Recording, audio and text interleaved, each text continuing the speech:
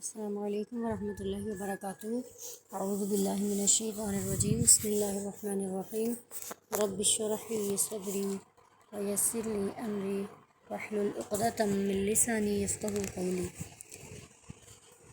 ہم نے پڑھا تھا پیچھے بھی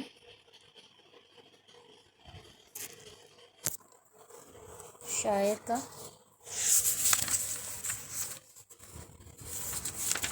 خاموشی کے بارے میں ابو نواس کے اشعار تھے۔ اب ہم پڑھیں گے، شاعر کا نام ہے ابو تمام اور اس کی شاعری ہے الحب الاول، پہلی محبت۔ شاعر کا تعارف دیکھیں گے۔ وہ حبیب بن اوس عطائی، مؤلف دیوان الحماسہ۔ وہ حبیب بن اوس عطائی ہے جو کہ دیوان الحماسہ کا مؤلف ہے۔ ولد قربہ دمشق کے قریب پیدا ہوا۔ ونشأ نشأۃ فقیرۃ، اور ایک تنگ دست گھرانے میں پرورش پائی۔ ثم رحل الی مصر، پھر وہ مصر چلا گیا، مصر کی طرف اس نے سفر کیا۔ فکان یسقی الماء، پھر وہ پانی پلانے لگا۔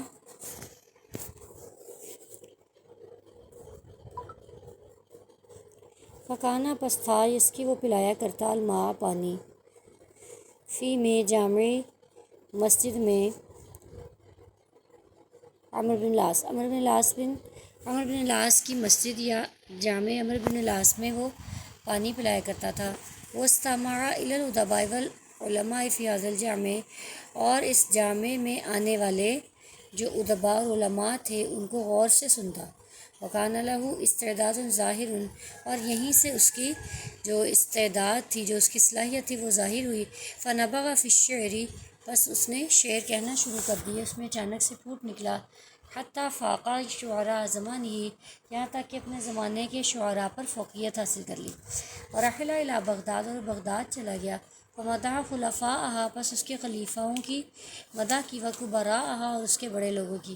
وتولی بعض الوظائف فیہا، اور اس میں کچھ مناصب بھی حاصل کیے، ان پر فائز رہا۔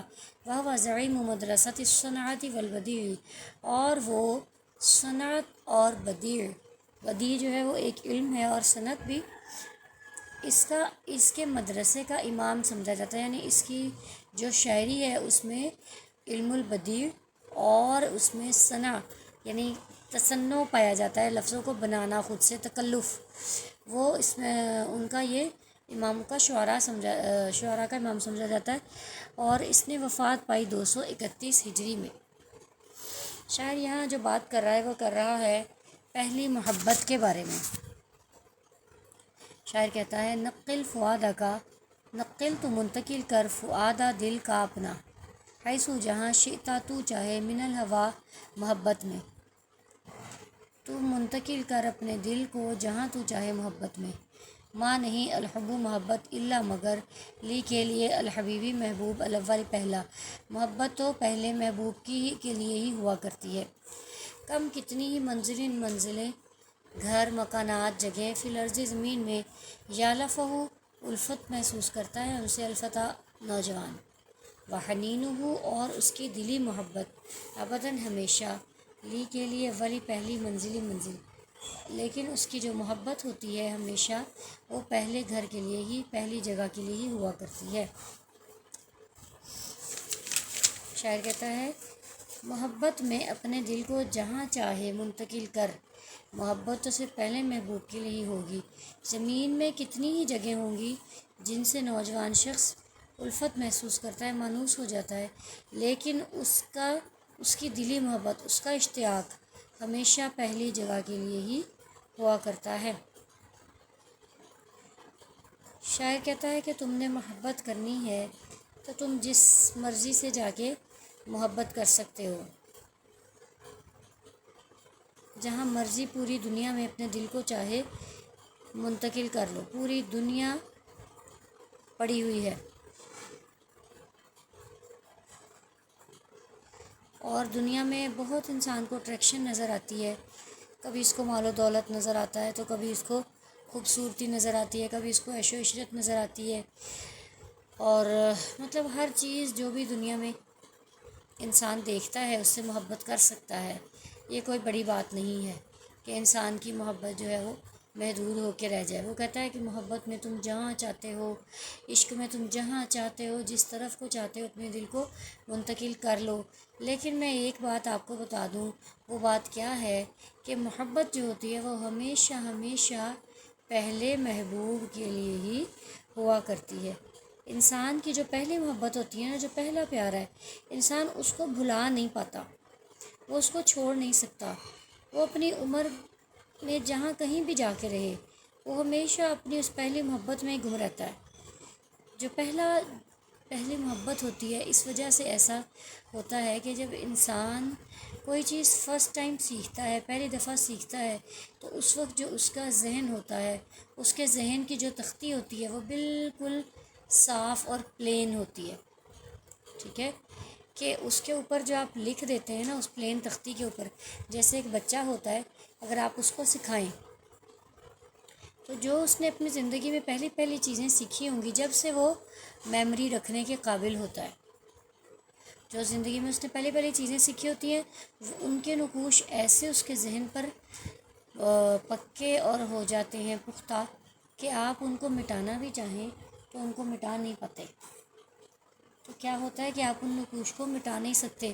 اور اگر آپ اس چیز کو مٹا دیتے ہیں تو آپ غور کریں گے کہ پیج خالی کے اوپر جب آپ کچھ لکھیں اور اس کے بعد اس کو ربڑ سے مٹا دیں، تو دیکھیں گے آپ نیچے کہ اس کا جو نقشہ نیچے بنا ہوتا ہے نا، جو اس کا عکس بنا ہوتا ہے، وہ کبھی بھی مکمل طور پہ پیج صاف نہیں ہو سکتا.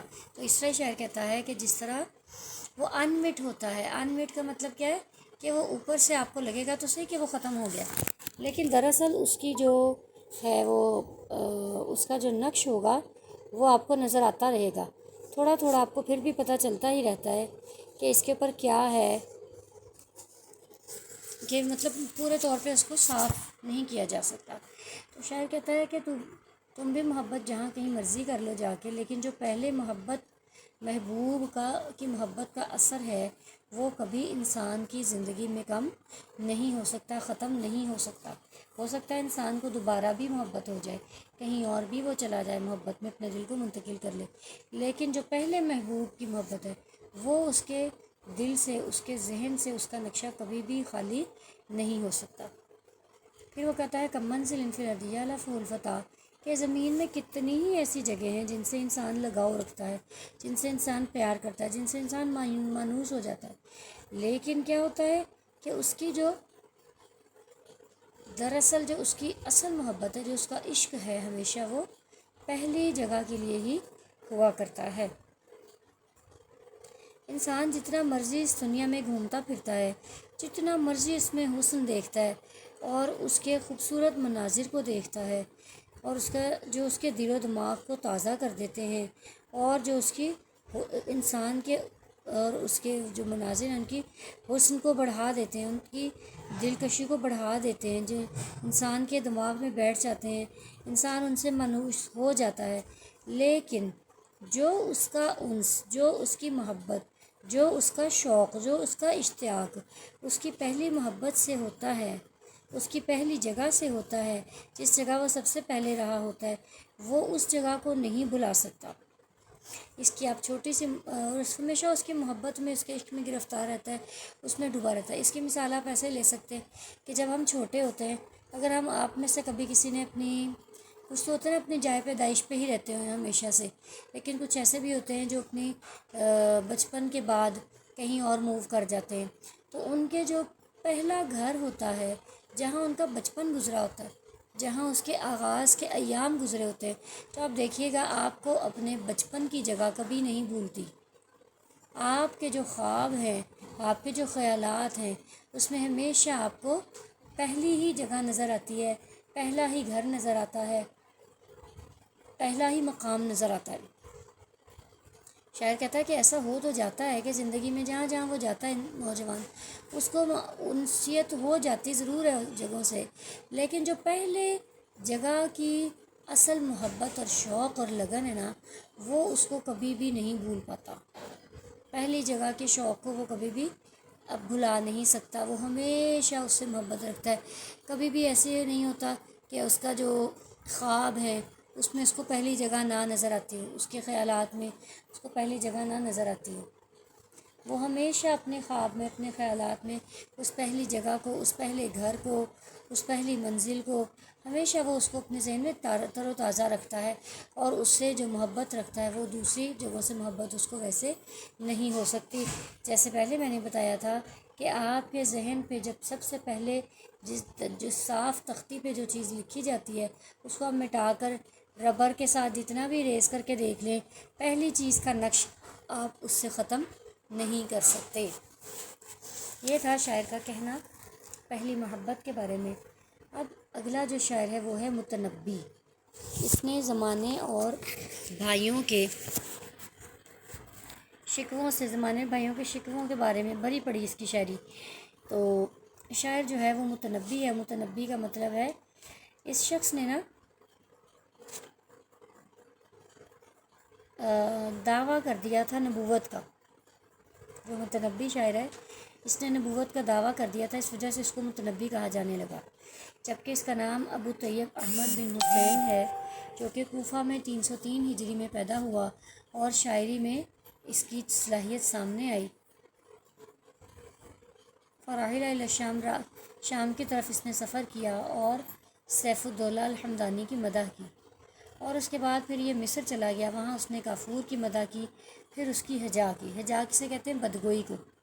پہلے اس کی مدح کی کافور کی، پھر اس کے بعد اس کی بدگوئی کی، ہجا کی، اور اس کے بعد ابن الامید اور اسد الدولہ کی طرف اس نے فارس میں جو تھے یعنی ایران میں اسد الدولہ اور ابن الامید کی طرف یہ کوچ کر گیا، اور وہاں سے واپسی پر اس کو قتل کر دیا گیا 354 ہجری میں۔ اور یہ بھی کہا جاتا ہے کہ یہ جو اس نے مدح کے بعد ہجا کی تھی یہی غالباً اس کے قتل کا سبب بن گئی تھی۔ 354 ہجری میں اس کو قتل کر دیا گیا واپسی پر، اور اس کو جو عمدہ گو شاعر ہیں، تکبر والے شاعر، حرف و تکبر والے شاعر، ان میں اس کو شمار کیا جاتا ہے۔ المجیدین یعنی جو ایجاد، بہترین ایجاد کرنے والے، اور تکبر والے اصحاب الطموح، ان میں اس کا شمار کیا جاتا ہے۔ شاعر کی جو شاعری ہے، شاعر کہتا ہے اپنے بھائیوں اور زمانے کے شکوے کرتا ہوا اس کے بارے میں یہ کہتا ہے، نصیب و حصہ کا تیرا فی میں حیاتی کا تیری زندگی من حبیب محبوب سے، نصیب کا تیرا حصہ فی میں منام کا تیری نیند من خیالی خیال سے۔ شاعر کہتا ہے تیری زندگی میں تیرے محبوب کا حصہ ایسے ہی ہے جیسا تیری نیند میں تیرے خیال کا حصہ ہو۔ تیرا حصہ تیری زندگی میں محبوب سے اتنا ہی ہے، تیری زندگی میں محبوب سے تیرا اتنا ہی حصہ ہے جتنا تیری نیند میں خواب سے تیرا حصہ ہوتا ہے۔ رما پھینکے نی مجھ پر دہر زمانے نے بالعذرائی تیر، زمانے نے مجھے مصیبتوں کے تیر مارے، حتیٰ یہاں تک کہ فؤادی میرا دل فی میں غشائن پردے میں ہے من نبالی تیروں کے، حتیٰ کہ میرا دل تیروں کے ایک پردے میں ہے۔ زمانے نے مجھے مصیبتوں کے تیر مارے، یہاں تک کہ میرا دل تیروں کے ایک پردے میں ہے۔ فصرت پس میں ہو گیا، اذا جب اصابتنی پہنچے مجھے سہاموں کوئی تیر، تکسرت تو ٹوٹتی ہیں النسالو نوکیں علا پر، النسالی نوکوں کے، تو نوکیں نوکوں پر ٹوٹتی چلی جاتی ہیں۔ پس میں ایسا ہو گیا کہ جب مجھے تیر پہنچتا ہے، جب کوئی مجھے تیر مارتا ہے، زمانہ مجھ پر تیر برساتا ہے، تو نوکوں پر نوکیں ٹوٹ جاتی ہیں۔ وہانا اور ہلکا ہو گیا معاملہ، فما پس نہیں ابالی میں پرواہ کرتا بالرزایا مصیبتوں کی، اور معاملہ ہلکا ہو گیا پس میں مصیبتوں کی پرواہ نہیں کرتا،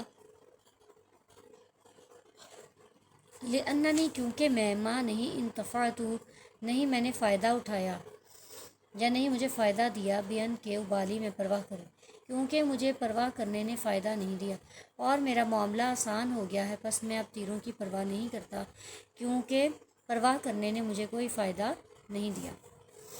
شاعر کیا کہتا ہے؟ کہتا ہے کہ جو انسان پر مصیبتیں آتی ہیں، جب انسان زمانے میں رہتا ہے تو زمانہ اس پر بہت سے مصائب کے تیر برساتا ہے۔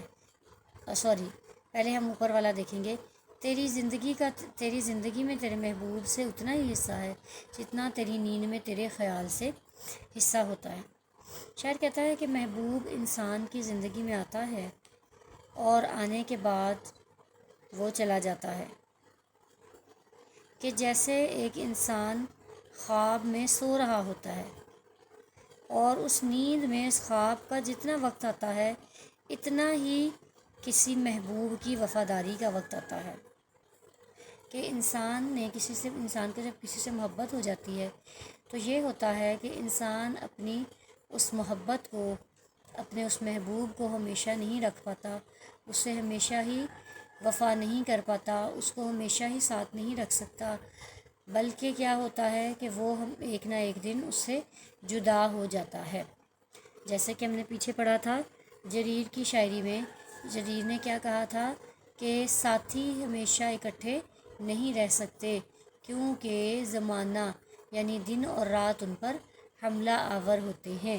حملہ آور ہونے کا مطلب کہ دن اور رات ان کے ساتھ کو کم کرتے رہتے ہیں۔ تو ایسے شاعر کہہ رہا ہے کہ جب انسان اپنی نیند میں سویا ہوتا ہے تو جتنی دیر میں اس کو وہ خواب آتا ہے، اس کی نیند میں اس کو سوئے پڑے جتنا سا خواب آتا ہے، ایسے ہی انسان کو اپنا محبوب یوں لگتا ہے کہ جیسے جب وہ اٹھا تو وہ خواب ختم ہو گیا، کہ انسان کا جو محبوب ہے وہ ایسے ہی ہے جیسے کہ اس کو نیند میں خواب آیا تھا۔ ایک خواب ہے، کیونکہ وہ خواب بھی مسلسل انسان کو نہیں رہتا، جب انسان جاگنے کی حالت میں آ جاتا ہے تو وہ خواب ختم ہو جاتا ہے۔ اس لیے کہتا ہے نا کہ خواب ادھورے رہ جاتے ہیں۔ ادھورے رہنے کا یہی مطلب ہے کہ انسان جو ہے وہ ان خوابوں کو دیکھتا ضرور ہے خواب میں، لیکن وہ دیکھ رہا ہوتا ہے، وہ حقیقت میں ان تک پہنچ نہیں پاتا۔ تو اسی طرح جس طرح حقیقت میں انسان ان چیزوں کو نہیں پا سکتا، اسی طرح محبوب کو بھی وہ اپنی زندگی میں مکمل نہیں رکھ سکتا۔ جتنے ٹائم وہ خواب میں کوئی چیز اپنے پاس محسوس کرتا ہے، ایسے ہی محبوب بھی اتنا سا اس کی زندگی میں رہتا ہے۔ تو وہ کہتا ہے کہ کوئی محبوب انسان کی زندگی میں وفادار اتنا نہیں ہوتا اور کہ وہ مکمل طور پہ اس کی زندگی میں ساتھ رہے، بلکہ ایک نہ ایک دن اسے اس سے جدا ہونا ہی ہوتا ہے۔ تو وہ کہتا ہے کہ اس لیے میں اپنا شکوہ کروں محبوب سے کہ محبوب تو میری زندگی میں آیا اور ایسے چلا گیا جیسے کہ مجھے نیند آئی اور نیند میں مجھے خواب آیا اور اس کے بعد میری آنکھ کھل گئی۔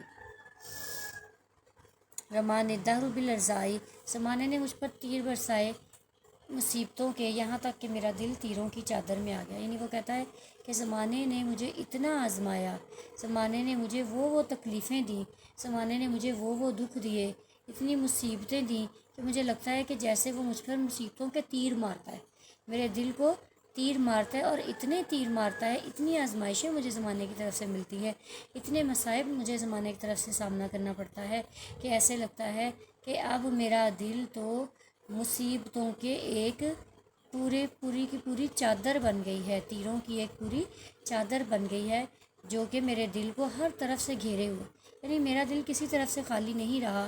زمانے نے کوئی کام نہیں چھوڑا کہ جہاں اس نے مجھ پر کوئی کونا نہیں چھوڑا کہ میرے دل کے جس حصے پر اس نے تیر نہ برسایا ہو۔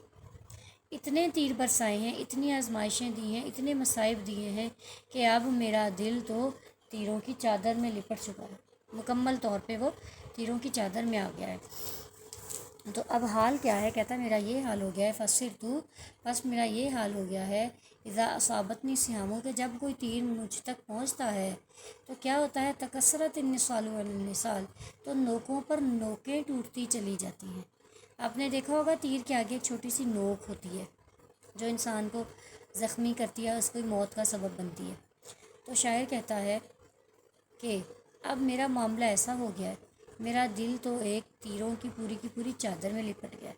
کہتا ہے میرا معاملہ ایسا ہو گیا ہے کہ جب زمانہ مجھ پر نئی کوئی مصیبت ڈالتا ہے، یعنی کوئی تیر میرے پر پھینکتا ہے مصیبت کے، تو کیا ہوتا ہے کہ وہ تیر میرے تک نہیں آتا، میرے دل تک نہیں پہنچتا، بلکہ نوکوں پر نوکیں ٹوٹتی چلی جاتی ہیں۔ یعنی اتنے مصائب ہیں کہ مصیبت پر مصیبت آتی ہے۔ جیسے ایک تیر اس نے مصیبت کا پھینکا تو اس کے اوپر ایک اور تیر آ لگا کہ وہ اب میرے دل تک نہیں پہنچتا، کہ اب اس کی تکلیف میرے دل کو نہیں پہنچتی۔ اتنی زیادہ مصائب جمع ہو گئے ہیں، اتنی زیادہ پریشانیاں آ گئی ہیں، اتنی زیادہ مصیبتیں اور تکالیف آ گئی ہیں کہ میں ایسا ہو گیا ہوں کہ اب کوئی مصیبت آ بھی جائے تو وہ مصیبت کے اوپر ہی مصیبت آتی ہے، میرے دل تک وہ مصیبت نہیں پہنچتی۔ اب میرا دل اتنا بھر چکا ہے مصیبتوں سے کہ اس میں کوئی اور مصیبت لینے کی جگہ بھی باقی نہیں رہی، تیر کے پہنچنے کی جگہ بھی باقی نہیں رہی، بلکہ نوک پر نوک در نوک، نوک در نوک ٹوٹتی چلی جاتی ہے، مصیبت پہ مصیبت آتی چلی جاتی ہے کہ میرے دل تک بھی وہ مصیبت نہیں پہنچتی۔ اور وہ کہتا ہے کہ میرا اب معاملہ آسان ہو گیا ہے، میں ہلکا ہو گیا ہوں، یہ معاملہ بہت میرا اب میں اس کی ہینڈلنگ بہت اچھے سے کر لیتا ہوں، میں اب پرواہ نہیں کرتا تیروں کی۔ شاعر کہتا ہے میں تیروں کی پرواہ نہیں کرتا، مصیبتوں کی پرواہ نہیں کرتا، کیونکہ مجھے پرواہ کرنے نے کوئی فائدہ نہیں دیا۔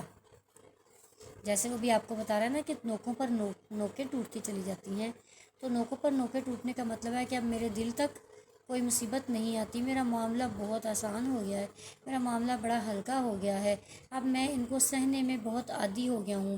مصیبتوں نے اتنا زیادہ مجھے عادی کر دیا ہے اپنا کہ میں ان کی اب پرواہ ہی نہیں کرتا۔ جب کوئی مصیبت مجھ پر آتی ہے تو میں پرواہ ہی نہیں کرتا، کیونکہ میں نے اتنی پرواہ کر کے دیکھا ہے کہ پرواہ کرنے نے مجھے فائدہ تو دیا نہیں۔ پرواہ کرنے سے یا تو میری مصیبتیں ختم ہو جائیں نا، تو پھر تو میں پرواہ بھی کروں۔ اب کہتا ہے میں اس معاملے کو حل کرنا جان چکا ہوں کہ میں نے اپنی مصیبت سے نبرد آزما کیسے ہونا ہے، میں نے اس مصیبت سے کیسے نمٹنا ہے، کیسے اس سے نکلنا ہے۔ تو کہتا ہے اب میرے لیے یہ معاملہ، مصیبتوں کے آنے کا معاملہ بہت آسان اور ہلکا ہو گیا ہے، کیونکہ میں نے پرواہ کرنا چھوڑ دی ہے۔ اب ویسے ہی وہ جیسے کہہ رہا ہے کہ میرے دل تک تو وہ پہنچتی ہی نہیں، کیونکہ اس مصیبت پر مصیبت گر جاتی ہے، نوک پر نوک ٹوٹ جاتی ہے، تو جب میرے دل کو ہی نہیں پہنچتی تو میرے لیے معاملہ آسان ہو گیا ہے۔ تو کہتا ہے کہ مشکلیں اتنی پڑیں مجھ پر کہ آسان ہو گئیں۔ شاعر کہتا ہے نا مشکلیں اتنی پڑیں مجھ پر کہ آسان ہو گئیں، کہ میں اب پرواہ نہیں کرتا، کیونکہ اگر میں پرواہ کروں گا بھی تو جب مصیبت نے آنا ہی ہے تو کیوں میں اس کی پرواہ کروں؟ اگر میں پرواہ کرنا چھوڑ دوں گا تو پھر مصیبت مجھے کوئی نقصان نہیں پہنچا سکتی۔ تو یہ تھی ہماری شاعری متنبی کی شاعری، جس میں اس نے زمانے اور اپنے بھائیوں سے جو شکوے ہیں اس کے بارے میں اس نے یہ شاعری کی ہے۔ اب اس کے بعد اگلی ہم دیکھیں گے وہ ہے صاحب بن عباد کی شاعری۔ صاحب بن عباد، صاحب بن عباد کون ہے اس کے بارے میں ہم اسائنمنٹس میں بھی دیکھ چکے۔ اب مجھے الحمدللہ اتنی ٹینشن آپ لوگوں کی پڑھائی کی نہیں تھی، اس کی وجہ یہ کہ آپ سب نے اسائنمنٹس کی ہوئی ہیں، تو اگر آپ لوگ اپنی اسائنمنٹس کو غور غور سے دیکھ لیتے ہیں نا تو آپ کافی حد تک تیاری پیپر کی ہو جاتی ہے۔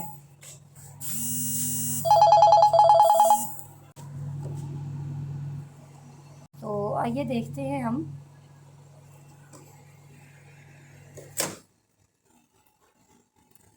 ہاں جی، ہم دیکھ رہے تھے صاحب بن عباد کی شاعری۔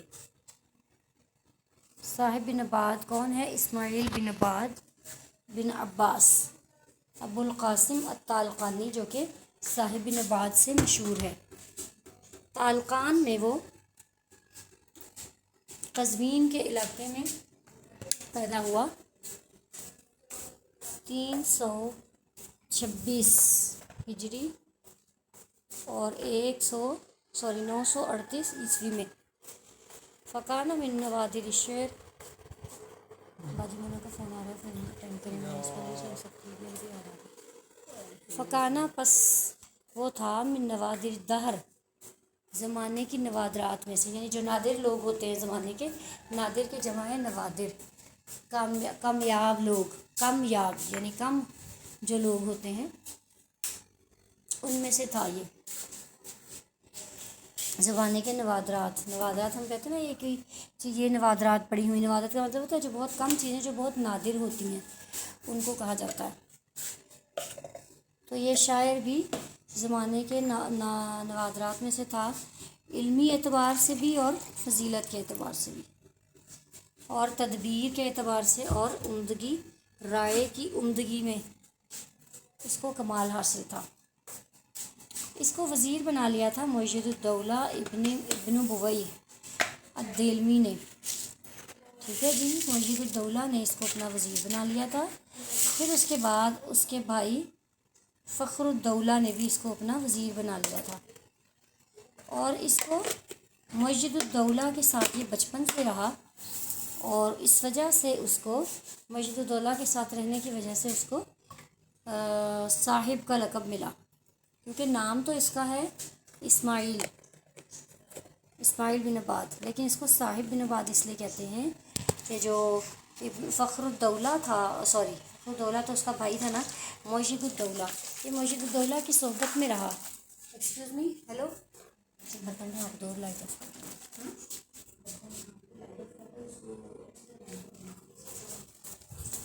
ٹھیک ہے جی، اس کی صحبت کی وجہ سے اس کو، یعنی بچپن سے ہی وہ ان کے ساتھ رہنے لگا تھا،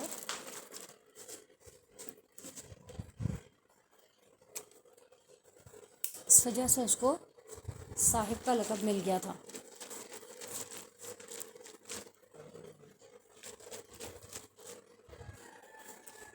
رے میں اس نے وفات پائی تھی 385 ہجری میں، اور اس کو پھر اصفہان منتقل کر دیا گیا اور وہیں اس کو دفن کیا گیا۔